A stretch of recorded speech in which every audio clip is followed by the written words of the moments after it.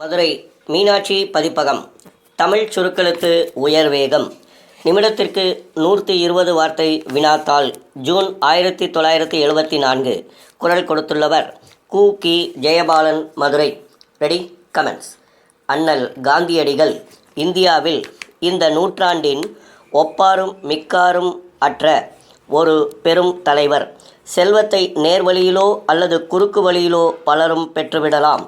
ஆனால் பிறருடைய இதயத்தில் ஒருவர் இடம்பெறுவது என்பது அவ்வளவு எளிதான செயல் அல்ல. உலகத்தில் ஒரு சிலர்தான் கோடிக்கணக்கான மக்களின் இதயங்களில் இடம்பெறுவதில் வெற்றி கண்டிருக்கிறார்கள். அவர்களிலே ஒருவராக அண்ணல் காந்தியடிகளும் இந்தியாவை பொறுத்து இடம் பெறுகிறார்கள்.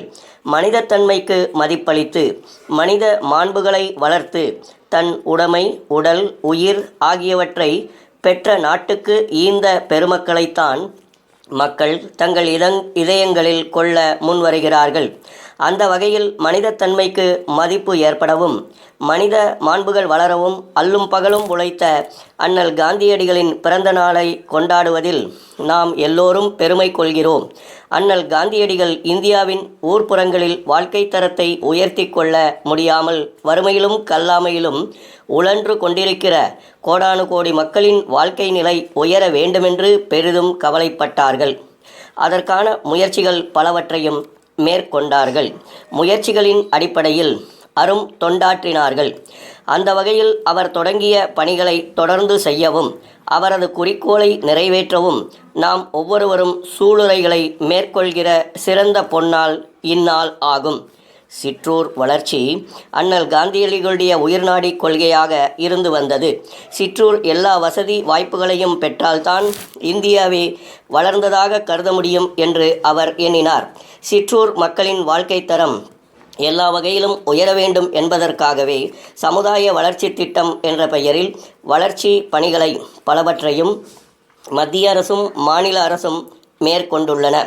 சென்ற சில ஆண்டுகளாக தமிழக மாநில அரசு சமுதாய வளர்ச்சி திட்ட பணிகளில் நல்ல ஆர்வமும் அக்கறையும் கொண்டு செயலாற்றி வருவதன் காரணமாக ஓரளவுக்கு ஊர்ப்புறங்கள் வலிவோடும் பொலிவோடும் காட்சியளிக்கின்றன. அண்ணல் காந்தியடிகளோடு நெருங்கி தொடர்புடைய ஊர் வளர்ச்சி பணிக்கு ஆக்கம் தர வேண்டுமென்ற நல்ல நோக்கத்தின் அடிப்படையில் அவர் பிறந்த நாளான அக்டோபர் 2ஆம் நாள் முதல் அக்டோபர் 8ஆம் நாள் வரையிலும் உள்ள ஒரு வார காலத்தை சமுதாய வளர்ச்சி திட்ட வாரமாக கொண்டு அதனை விழாவாக கொண்டாடுவது என்று தமிழக அரசு முடிவு எடுத்துள்ளது. கடந்த ஆண்டில் இதேபோன்று இவ்விழாவை மிக சிறப்பாக கொண்டாடினோம். ஒவ்வொரு சிற்றூரும் அன்றாட வாழ்க்கைக்கு தேவைப்படும் எல்லா வசதிகளையும் பெற்றிருக்கும்படியாக பார்த்து கொள்ள வேண்டியது அந்தந்த ஊர் மக்களின் பெரும் பொறுப்பாகும். நமது நாட்டில் 190 பேர் ஊர்ப்புறங்களில் வாழ்கிறார்கள். அவர்களில் 73 பேர்கள் வேளாண்மை தொழிலில் ஈடுபட்டிருக்கிறார்கள். ஊர்ப்புறங்களில் வாழும் 17% பேர்கள் வேளாண்மையை சார்ந்த தொழில்களை செய்பவர்களாகவும் வேளாண்மைக்கு துணையாக புரிபவர்களாகவும் வேளாண்மையை நம்பி வாழ்பவர்களாகவும் இருந்து வருகிறார்கள்.